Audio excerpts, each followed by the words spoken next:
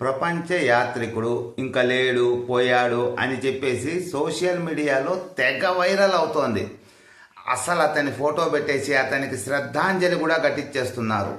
కారణం ఏమిటి అంటే హిందూ దేవుళ్ళని తిడతాడా వెధవ పనికిమాలినవాడు, వాడికి ఎంత ధైర్యం ఉండాలి. వాడు కూడా ఇంకా ఒక విదేశీ కుక్కే.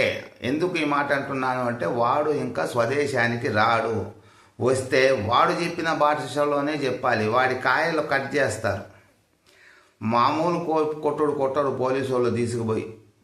ఎందుకంటే సీతాదేవి గురించి, ద్రౌపది గురించి, గరికపాటి గురించి, ఎంతమంది గురించి వీడు ఎంత నీచంగా మాట్లాడతాడు.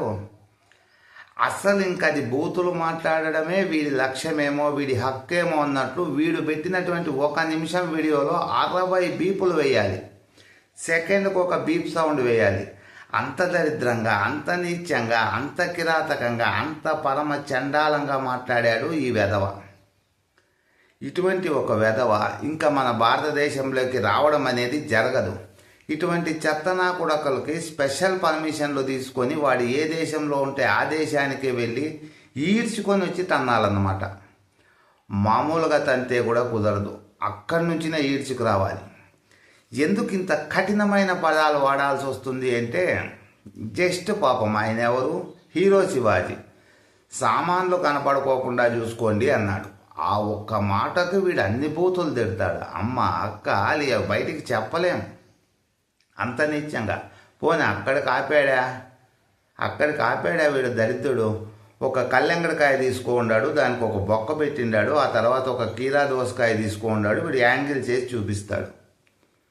వీని అడకదినే బతుకు డబ్బు కోసం ఎంత నీచానికైనా దిగజారుతున్నాడు. వీడికి కావాల్సింది కేవలం వ్యూస్ అంతే, కేవలం వ్యూస్ కావాలి. ఇప్పుడు ఏమైపోయింది అంటే ఈ దరిద్రుని ఇంకా భారతదేశంలో వాళ్ళు ఎవడు వీని వీడియోలు చూడరు. హిందువులు అస్సలు చూడరు, వేరే మతస్థులు ఆల్రెడీ వీని వీడియోలు చూడరు. ఈ దరిద్రుని వీడియోలు ఏ ముస్లిమ్సో క్రిస్టియన్సో అస్సలు చూడరు. ఇంకా ఈ బొకడా బాగాడు మహాభారతం మీద కొన్ని వీడియోలు పెట్టాడు. నేను కూడా నిజమేమో అనుకొని కొన్ని చూసా. మహాభారతం వీడియోలు కదా అని ఏం లేదు, సినిమా వీడియోలు వీడు పెట్టేది. సినిమాలలో మహాభారతం గురించి ఏం చెప్పింటే సేమ్ అదే వీడియోలు పెట్టిండాడు అనమాట బొకడాగాడు. అంటే వీడు కనీసం వ్యాస మహాభారతం కానీ ఏది చదివినట్లు లేదు, ఏది లేదు. ఏదో 4 సినిమాలు యూట్యూబ్లో చూడటము, ఆ రోజు ఏ సీన్లో వీడియోలు పెట్టాలో ఆ సీన్లో వీడియోలు పెట్టడం.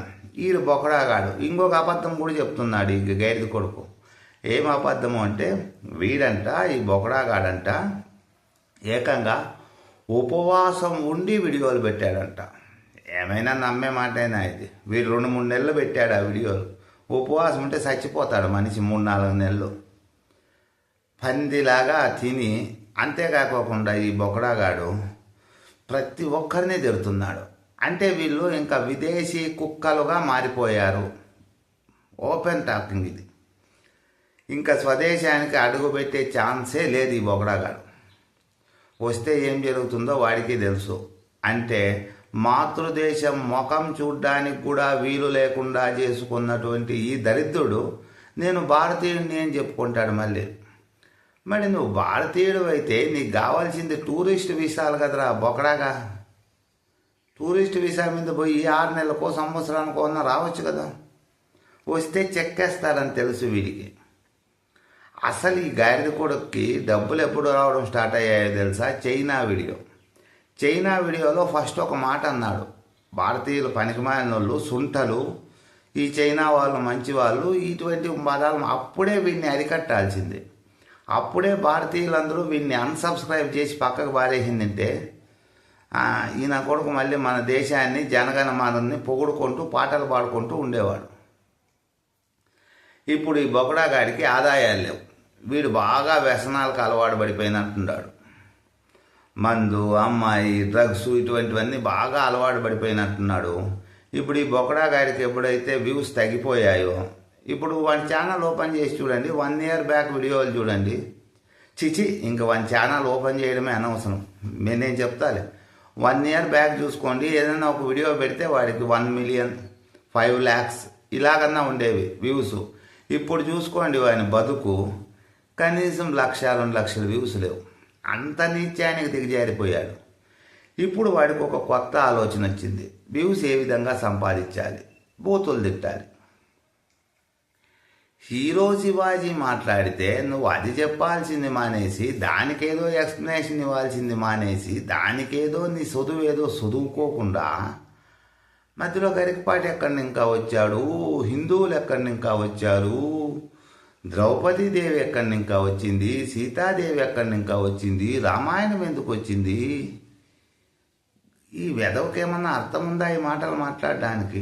సరే, ఈ అంశాలన్నీ కాసేపు పక్కన పెట్టేద్దాం.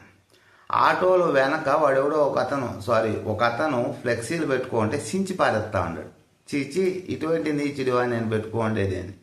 నాకు ఇప్పుడు అర్థమవుతోంది, ఈ గాడిద కొడుకుని బెట్టింగ్ యాప్లో కూడా పోయి ఎవడు అడిగినట్లు లేదు, మా బెట్టింగ్ యాప్లు ప్రమోషన్ చేయప్పా అని. అందుకని బెట్టింగ్ యాప్ల మీద యుద్ధం అన్నాడు. పోనీ ఆ బెట్టింగ్ యాప్ల మీద యుద్ధం అంటే ఈ గాడిద కొడుకు యుద్ధం చేసిండేది ఎవరి మీద? గవర్నమెంట్ల మీద కాదు. ఏదంటే గవర్నమెంట్ల మీద చేస్తే ఈడ్చుకొచ్చి తంతారని తెలిసి వీడికి. గవర్నమెంట్లు కదా పర్మిషన్ ఇచ్చిండేది ఆ యాప్లకి, వాళ్ళ మీద కదా వీడు యుద్ధం చేయాలి. కాదు, దాన్ని ప్రమోషన్ చేసిన వాళ్ళ మీద అంటే వీని యుద్ధం. ఇది ఈయన రేంజ్, వీని యోగ్యత, ఈయన బతుకది. అంతేకాకుండా పాపం వీటి సాటి యాత్రికులు ఉంటారు కదా, వాళ్ళ మీదనే మెయిన్ ఫోకస్ పెట్టాడు. వాళ్ళందరికీ వ్యూస్ డౌన్ అవ్వాలి, వాళ్ళ ఛానల్స్ మూసేసుకోవాలి అనేది వీడి ఉద్దేశం.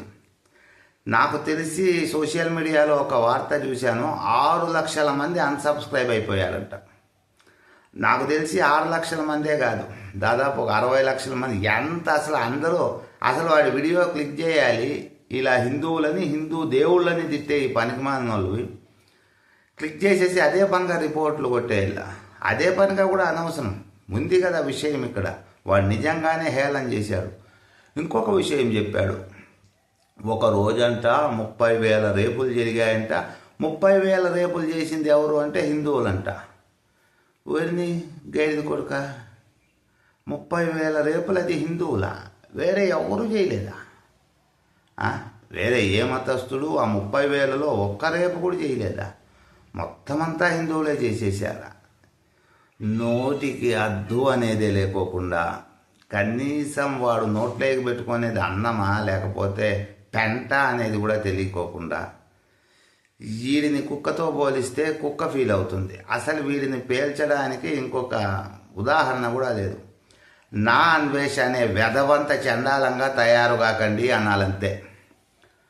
ఎవరికైనా బుద్ధి మాటలు చెప్పాలి అంటే అదిగో వాడున్నాడు చూడి ప్రపంచ యాత్రికుడు, వాడిలాగా తయారవ్వద్దు, వాడిలాగా నీచుడిగా మారొద్దు అని ఉదాహరణలు చెప్పాల్సి వస్తుంది.